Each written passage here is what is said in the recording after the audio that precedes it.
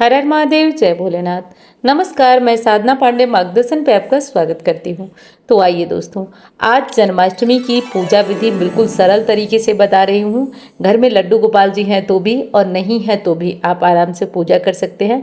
और हाँ, सुबह में क्या और कितनी पूजा करना चाहिए, कब लड्डू गोपाल जी का जन्म कराना चाहिए, जन्म कैसे कराना चाहिए, जन्म कराए हुए खीरे को क्या करना चाहिए, और दूसरी चीज़ कि लड्डू गोपाल जी की पूजा में जो जन्म कराते हैं हम, तो लड्डू गोपाल जी को कहाँ छुपा के रखते हैं, कब छुपा कर रखते हैं, क्या करते हैं, तो सारी बातें जो कि बहुत ज़्यादा दुविधा वाली जाती है, इस वीडियो से स्पष्ट होने वाली हैं। तो सबसे पहले तो देखिए, जिस दिन जन्माष्टमी हो, तो जैसा कि 15 और 16 में दुविधा है, दोहरा है कि किस दिन है, तो मैं कई वीडियोस में बता चुकी हूँ कि 16 तारीख की जन्माष्टमी उत्तम और श्रेष्ठ है। तो आप 16 अगस्त को जन्माष्टमी का व्रत कर सकते हैं। सबसे पहले जिनके पास लड्डू गोपाल जी हैं वे क्या करें कि चाहे तो अलग से चौकी लगा लें, चाहे तो घर के मंदिर में ही उनकी पूजा करें। थोड़ा सा आप मंदिर को अच्छे से साफ सुथरा कर लीजिएगा, लाइट वगैरह लगा लीजिएगा, और सुबह में अपना नहा धो करके उठिए और करीब करीब 7-8 बजे तक लड्डू गोपाल जी को हो सके तो पंचामृत से अभिषेक कर दीजिए, नहला दीजिए। या पंचामृत से अभिषेक नहीं कर पा रहे हैं तो आप एक काम करिए, आप केवल जल से स्नान करा के थोड़ा इत्र लगा दीजिए और उनका वस्त्र बदल दीजिए। अगर नया वस्त्र लाए हैं दो, तो एक सुबह पहना दीजिए और एक रात को जन्म होने के बाद पहनाइए। तो उनको अच्छे से श्रृंगार कर दीजिए। और अगर आप वस्त्र एक ही लाए हैं तो जो पुराना धुला हुआ साफ वस्त्र है वो पहना दीजिए उन्हें, जो पहले से आप पहनाए हुए हैं। तो वो वस्त्र पहनाकर श्रृंगार करके अपना जो उनको पहनाना बनाना है पहना दीजिए। वही बात मूर्ति के साथ भी होगी। मूर्ति को आप क्या करेंगे कि अगर फोटो है तो आप हो सके तो फोटो को अपना स्नान वगैरह, फोटो को स्नान कराना आप जानते हैं कैसे होता है, मैं बताऊंगी भी आगे कैसे स्नान करेंगे आप। तो सुबह छोटी सी पूजा फोटो से अपना कर लीजिएगा, थोड़ा धूप दीप दिखाकर छोटी सी पूजा कर लीजिएगा। और शाम को विधिवत हो सके तो एक चौकी लगाइएगा। चौकी कब लगेगी, तो शाम को आप 7, 7:30 बजे, 8 बजे के करीब चौकी लगा लीजिएगा। चौकी पर सबसे पहले जानते हैं, कलश रखे बिना तो कोई पूजा होती नहीं है हमारी, तो कलश रखे बिना तो हम कोई पूजा करेंगे नहीं। तो सुबह की पूजा साधारण पूजा होगी जो कि मैं बता चुकी हूँ। और सुबह में लड्डू गोपाल जी को झूले में नहीं झुलाएंगे। लड्डू गोपाल जी को बस श्रृंगार करके भोग वगैरह लगाकर उसी तरह छोड़ देंगे। उनको कोई लेटाएंगे नहीं, सुलाएंगे नहीं, ना ही फूलों में ढकेंगे, ना कहीं कुछ करेंगे। सुबह से ही उनको फूलों में नहीं ढकना है, ना ही किसी चीज़ में उनको बंद करना है, कुछ नहीं करना है। सुबह में आप छोड़ दीजिए। कब करना है वो भी मैं आपको आगे बता रही हूँ। तो देखिए, शाम को एक हो सके तो चौकी लगा लीजिए अच्छे से। चौकी पे थोड़ा सा खिलौने सजाए जाते हैं, थोड़ा सा गाय वगैरह की फ़ोटो है तो उसको रखे जाते हैं, क्योंकि गायों से बहुत प्रेम था श्री कृष्ण जी को। तो ये सब चीज़ें रखी जाती हैं। और मोर पंख तो ज़रूरी है दोस्तों, तो मोर पंख ले लीजिएगा। मोर पंख ज़रूरी है श्री कृष्ण जी की पूजा में, उनके जन्मोत्सव में। और एक बांस की बनी हुई बांसुरी जो कि बहुत आराम से मिल जाती है, बांसुरी रखना भी घर में बहुत फ़ायदेमंद होता है। और आपको वीडियो पसंद आ रही है तो लाइक करना भूल मत जाइएगा, लाइक कर दीजिएगा वीडियो को। और हाँ, चैनल को आपने सब्सक्राइब नहीं किया है तो इस तरह की जानकारियों के लिए आप चैनल के साथ जुड़ सकते हैं, चैनल को सब्सक्राइब करके। अब देखिए, ये चीज़ें तो हो गई। अब हम कलश रखेंगे। कलश रखने का एक ही नियम है कि एक लोटा ले लीजिए, लोटे में आप गंगा जल के साथ और साधारण जल भर लीजिए, कंठ तक, गले तक जल भरिए।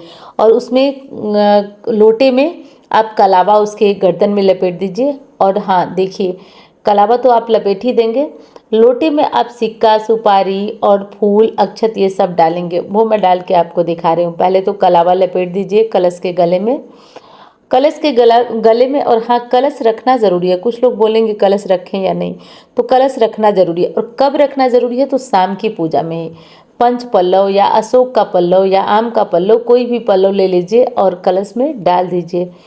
ये शुभता का भी प्रतीक होता है और ये बड़ी पूजा मानी जाती है जन्माष्टमी की। और एक चीज़ और बता दूं दोस्तों कि जन्माष्टमी पे भगवान श्री कृष्ण का, भगवान श्री विष्णु का अवतरण होता है। और इस समय सबसे ज़्यादा प्रसन्न माँ लक्ष्मी होती हैं, और जो चाहे भक्त मांगे माँ लक्ष्मी दे ही देती हैं। तो अद्भुत रात्रि है, जैसे कि शिवरात्रि की रात्रि होती है, दिवाली की रात्रि होती है, होलिका दहन की रात्रि होती है, और ये जन्माष्टमी की ये 4 रात्रियां विशेष हैं। तो मैं लक्ष्मी प्राप्ति का उपाय भी वीडियो में बताई हूँ, तो उस वीडियो को भी आप चेक कर लीजिएगा। जो इससे पहले जन्माष्टमी की गई है उसे भी आप एक बार चेक करना मत भूलिएगा, देख लीजिएगा उस वीडियो को भी। और देखिए अब क्या करना है कि कलश तो हम रख दिए, कलश पे 5 पौलो डाल दिए, सब कुछ डाल दिए, और कलश के बाद हम कलश के ऊपर थोड़ा चावल रखेंगे और चावल के ऊपर एक दीपक जलाएंगे। कुछ लोग यहाँ पे चौमुखा दीपक भी जलाते हैं, लेकिन आप चाहें तो एक मुखा दीपक, चौमुखा दीपक, जो चाहें वो आप जला सकते हैं, लेकिन दीपक जलाना ज़रूरी है। और जिनके पास फोटो है वो कैसे पूजा करेंगे वो भी आज के वीडियो में देखेंगे। तो देखिए अब आपको क्या करना है कि जब आपने ये सारे कार्य कर लिया शाम को, उसके बाद जो हमारी फ़ोटो है, मूर्ति है, और देखिए यहाँ पे हम गौरी गणेश जी को स्थापित करेंगे। अगर आप गौरी को ना भी स्थापित करें तब भी गणेश को होता है, लेकिन एक चीज़ का ध्यान रखिए, बिना गौरी पूजन के भी हमारा शुभ कार्य नहीं होता है। तो गौरी गणेश पूजन साथ में होना चाहिए।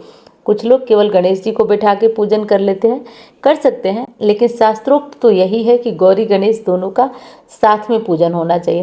तो एक सुपारी ले लीजिए और कलावा जैसे धीरे धीरे मैं लपेट रही हूँ, लपेट लीजिए। वो गणेश जी बन गए आपके।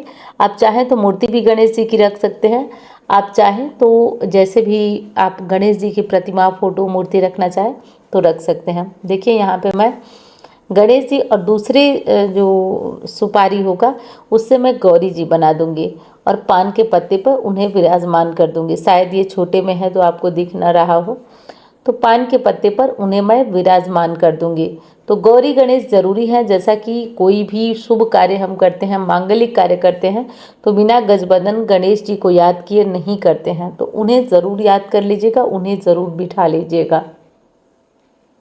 और ये सब शाम की पूजा में होगा, ये सब सुबह से नहीं होगा, ये ध्यान रखिए। और जो लोग व्रत करते हैं, सारी विधियां तो मैं बता चुकी हूँ।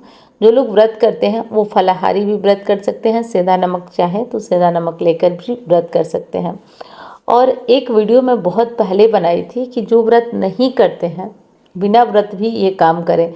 तो इसमें एक बहुत सारे प्रश्न ये आते हैं कि क्या हम अन्न में नमक वगैरह खा करके और कृष्ण जी की पूजा कर सकते हैं। तो जी बिल्कुल, नमक वगैरह खा करके भी आप ये कार्य कर सकते हैं, पूजा वगैरह कर सकते हैं। पूजा में कहीं किसी प्रकार की दुविधा नहीं है। अब आइए दोस्तों कुछ विशेष और बातें जान लेते हैं कि और शाम को हम क्या करेंगे। तो देखिए दोस्तों, शाम को हम इतनी पूजा कर लेंगे, और इस पूजा में खीरा रखना अनिवार्य है। खीरा ज़रूर होना चाहिए। तो खीरा कब रखा जाता है? देखिए खीरा पूजा में रखा रहता है, और खीरे को हम सिक्के से काटते हैं, मैं काट के दिखाऊंगी आपको। और उसी को नाल अलग करना होता है। जैसे बच्चा जन्म लेता है तो माँ के पेट से, गर्भ से उसकी नाल अलग की जाती है, तो खीरा को काट कर वही प्रक्रिया की जाती है नाल अलग करने की। और ये काम होता है श्री कृष्ण जन्म के बाद। जब श्री कृष्ण जी का जन्म हो, जैसा कि आप जानते हैं रात 12 बजे श्री कृष्ण का जन्म होगा। और जन्म से पहले भी कुछ चीज़ें हैं जिनको कि हम लोग जान लेते हैं, फिर जन्म के बारे में जानेंगे। तो देखिए करना ये होता है कि जब रात को 7 या 8 बज जाए तो आपके पास जो लड्डू गोपाल जी हैं, या जो फोटो है, या जो मूर्ति है, आप एक बार देखिए यहाँ खीरा में रख दी और एक सिक्का रख दी, और एक बार आप उस फोटो को ढक दीजिए। अब उस फोटो को खुला मत रखने दीजिए। जैसे कि बड़े मंदिरों में भी होता है कि जब जन्माष्टमी का समय नज़दीक आता है तो मूर्तियों को ढक दिया जाता है कपड़े से। तो आप लड्डू गोपाल जी को चाहें तो किसी कुम्हड़े में, जो सीताफल वगैरह होता है, उसमें बंद भी कर सकते हैं, या सबसे बढ़िया विकल्प रहेगा फोटो मूर्ति को आप कपड़े से ढक दें। कोई भी फोटो है, मूर्ति है, तो आप उसे कपड़े से ढक दें। ये बहुत बढ़िया विकल्प होता है, और इसे ज़रूर करिए आप लोग। अगर श्री कृष्ण जी की जन्माष्टमी मनाते हैं ना, तो इस नियम को आप ज़रूर करिए। उसे कपड़े से ढक दीजिए, और ढकने के बाद रात को जब 12 बज जाए, रात को 12 बज जाए और जब श्री कृष्ण जी का जन्म हो जाए, तो क्या करना है कि कपड़े को हटाना है, हटा करके और मूर्ति को स्नान कराना है। अब स्नान कैसे कराएंगे आप? ये तो मूर्ति है, और मूर्ति को आप स्नान कैसे कराएंगे? तो देखिए दोस्तों, उसमें करना ये होता है कि आप मूर्ति को क्या करेंगे कि मूर्ति के सामने, अगर मूर्ति है आपके लड्डू गोपाल जी की, तब तो आप एक थाली में उन्हें विधिवत बैठाइएगा। पहले गंगा जल से स्नान कराइएगा, फिर दूध से, फिर दही से, फिर घी से, फिर शक्कर से, फिर शहद से स्नान कराइएगा। और मान लीजिए हमारे पास मूर्ति नहीं है, और यहाँ देखिए मैं कपड़े से ढक के आपको दिखा रही हूँ कि कैसे ढक के छोड़ देंगे आप फोटो को। और रात 12 बजे आप कपड़े को हटाएंगे, और हटा करके अब मूर्ति की बात हो गई कि मूर्ति को तो अभिषेक आप ऐसे कर लेंगे। फोटो है तो क्या करेंगे, देखिए फोटो है तो हम क्या करेंगे, एक कटोरी रख लेंगे पीतल की या तांबे की फोटो के पास। देखिए कहा जाता है ना, यही कटोरी जैसे मैं रख के दिखा रही हूँ वैसे ही रख दीजिए, और देखिए इसी में भाव करके स्नान कराएंगे भगवान को। जैसे पहले जल से स्नान कराएंगे भाव करके, और जल वहाँ पे गिरा देंगे, फिर दूध से, फिर दही से, फिर घी से, फिर शक्कर से, फिर शहद से, धीरे धीरे करके उसी कटोरी में हम गिराते रहेंगे। और उस जो कटोरी में हम गिराते रहेंगे दूध दही घी शक्कर शहद, उसको फेंकिएगा मत, वो भगवान का चरणामृत बन जाएगा। चरणामृत बन जाएगा। जैसे कि भगवान को अगर हम पहले जो चीज़ें रखी रहती हैं, जैसे दूध दही घी शक्कर शहद, तो उसको हम बोलते हैं पंचामृत। और जब भगवान उससे स्नान कर लेते हैं तो वो चरणामृत बन जाता है उनका। तो उसे बाद में अपना प्रसाद स्वरूप आप लोग खा सकते हैं, पी सकते हैं, ले सकते हैं। और हाँ, आज के दिन धनिये की जो पंजीरी होती है वो भोग में भगवान को ज़रूर लगाया जाता है जब जन्म हो जाता है। तो ऐसी मान्यता है कि इससे देवकी जी भी बहुत ज़्यादा प्रसन्न होती है। तो धनिये की पंजीरी आप बना लीजिएगा। धनिये को घी में भून कर उसको पीस करके उसमें ड्राई फ्रूट्स वगैरह डाल के, चीनी वगैरह डाल के बनता है। तो ये थोड़ा सा प्रसाद ज़रूर है जो बनना चाहिए अगर आप जन्माष्टमी की पूजा कर रहे हैं तो। अब देखिए यहाँ भी आप लोग परेशान होंगे, तो घबराइए नहीं, हर चीज़ का विकल्प है। साधारण तौर पे आप पूजा कर रहे हैं तो आप फल फूल मीठा कुछ भी रख सकते हैं। वैसे तो देखिए लोग 56 भोग का भी भोग लगाते हैं, लेकिन हमारे पास जितनी चीज़ें उपलब्ध हैं हम उतने ही चीज़ों से भगवान का भोग लगाएंगे। और देखिए हमने स्नान वगैरह करा दिया है। इससे पहले ही आपको, स्नान से पहले ही खीरे को काट करके अलग करना है। एक ले लीजिए सिक्का, और सिक्के से खीरे को काट कर अलग करना है। इसको नाल अलग करना होता है। फिर खीरे को रख दीजिए, और फिर बाद में आप इसे प्रसाद स्वरूप खा सकते हैं, पी सकते हैं, कोई दिक्कत नहीं है। अब इस जो चरणामृत है उसको फेंकना नहीं है, उसको प्रसाद स्वरूप व्रत करने वाले लोग भी खा पी सकते हैं। तो किसी हालत में उसे फेंकिएगा मत आप लोग। और हाँ, जन्म हो चुका है, भगवान का स्नान हो चुका है, बढ़िया से उनको वस्त्र पहनाइए। और अगर फोटो रखे हैं तो उसके लिए पीला कपड़ा खरीद कर ले आइए, इतना तो आप कर ही सकते हैं।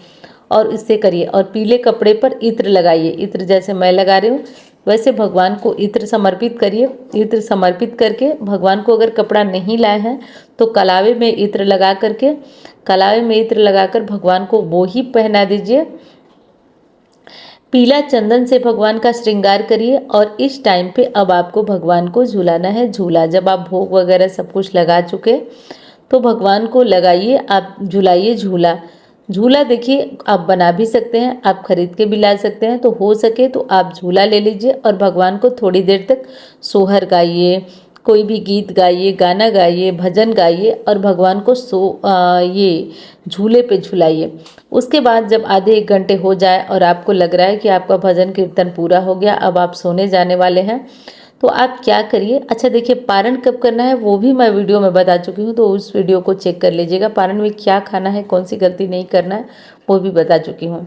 तो जब आप सोने जाने लगें तो भगवान जी को झूले से उतारिए, और झूले से उतार कर उन्हें आराम कराइए, विश्राम कराइए, जैसे आप रोज़ विश्राम कराते हैं। अगर फोटो है तो वहीं छोड़ दीजिए आप रखा हुआ। अगर लड्डू गोपाल जी हैं तो उनको आप सुला दीजिए, लिटा दीजिए।